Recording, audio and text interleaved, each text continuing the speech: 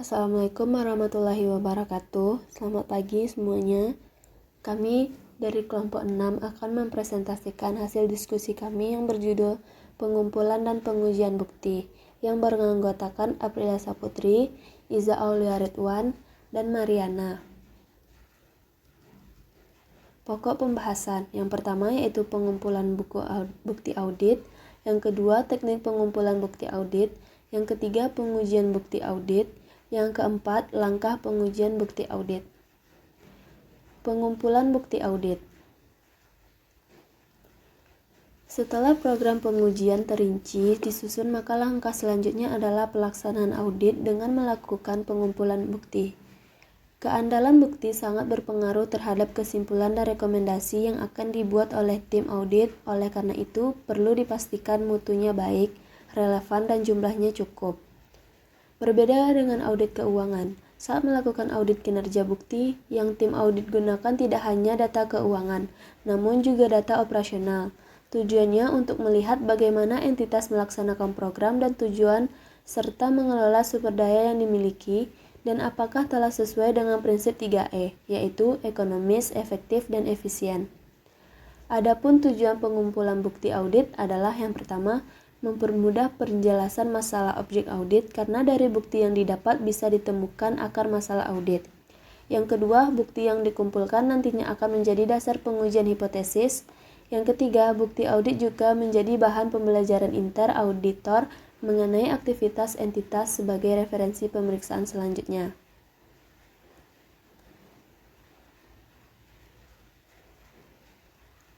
Adapun teknik-teknik pengumpulan bukti. Yang pertama, review. Teknik ini dilakukan dengan cara mereview dokumen, file, dan database audit.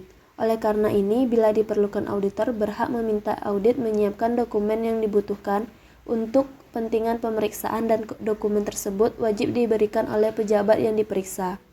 Review juga dapat dilakukan pada literatur atau hasil penelitian terdahulu sebagai sumber pengetahuan tambahan auditor. Kelebihan dari teknik review adalah dapat mengurangi biaya.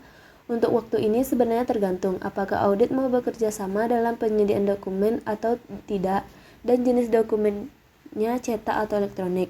Kemudian dapat menjadi dasar pengukuran kesesuaian realita dengan peraturan yang berlaku.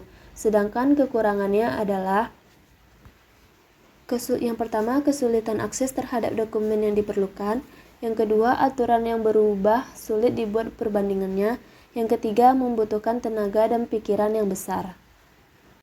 Baiklah, saya Mariana yang akan melanjutkan penjelasan tentang teknik-teknik pengumpulan bukti, di mana teknik-teknik pengumpulan bukti selanjutnya yaitu ada wawancara, merupakan teknik yang dilakukan untuk melengkapi atau meyakini informasi yang telah dimiliki, di mana secara garis besar rangkaian kegiatannya terdiri dari yang pertama, merencanakan dan mempersiapkan, yang kedua, membuka, melaksanakan dan menutup, dan yang ketiga, mencatat serta menganalisis.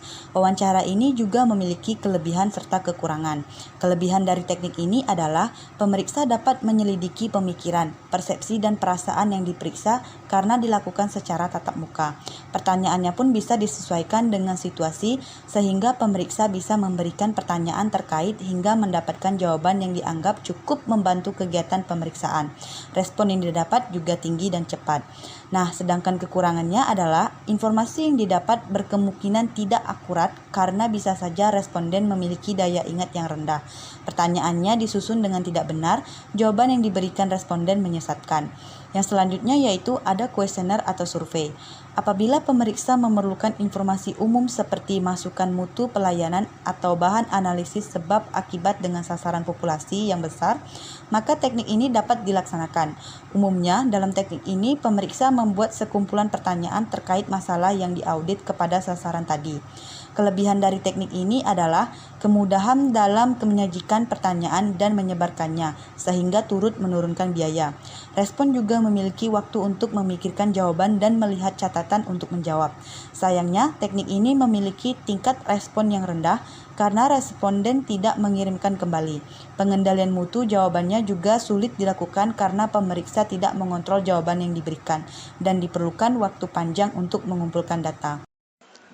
Kemudian observasi fisik. Ini dilaksanakan untuk membuktikan keberadaan suatu aset fisik. Dilakukan dengan melaksanakan pemotretan, perekaman, dan atau pengambilan sampel fisik aset. Kelebihan dari teknik ini adalah tingginya tingkat keyakinan yang akan diberikan dan memiliki dampak yang kuat bagi pembaca laporan. Hasilnya pun bisa menjadi dasar mengukur kesesuaian realita dengan peraturan yang berlaku. Namun, biaya pelaksanaan teknik ini dapat saja sangat mahal dan memiliki lokasi yang sulit ditempuh. Pelaksanaan observasi pada manusia juga lebih sulit daripada aset fisik. Kemudian, pengujian bukti audit. Nantinya, bukti yang didapat perlu diuji untuk memilah bukti yang penting dan relevan dengan tujuan audit, sehingga akan mempermudah auditor untuk menyusun kesimpulan dan rekomendasi. Hal yang perlu dilakukan adalah menentukan teknik pengujian bukti. Teknik ini ditentukan sesuai dengan jenis dan sumber bukti yang diuji, serta waktu dan biaya yang diperlukan untuk menguji bukti tersebut. Kemudian, hasil pengujian dibandingkan untuk menilai kesesuaian kinerja dengan kriteria yang ditetapkan. Lalu, dilakukan identifikasi mengenai penyebab dan akibat adanya perbedaan. Lalu yang terakhir, diidentifikasi usulan rekomendasi atas temuan yang didapat oleh auditor.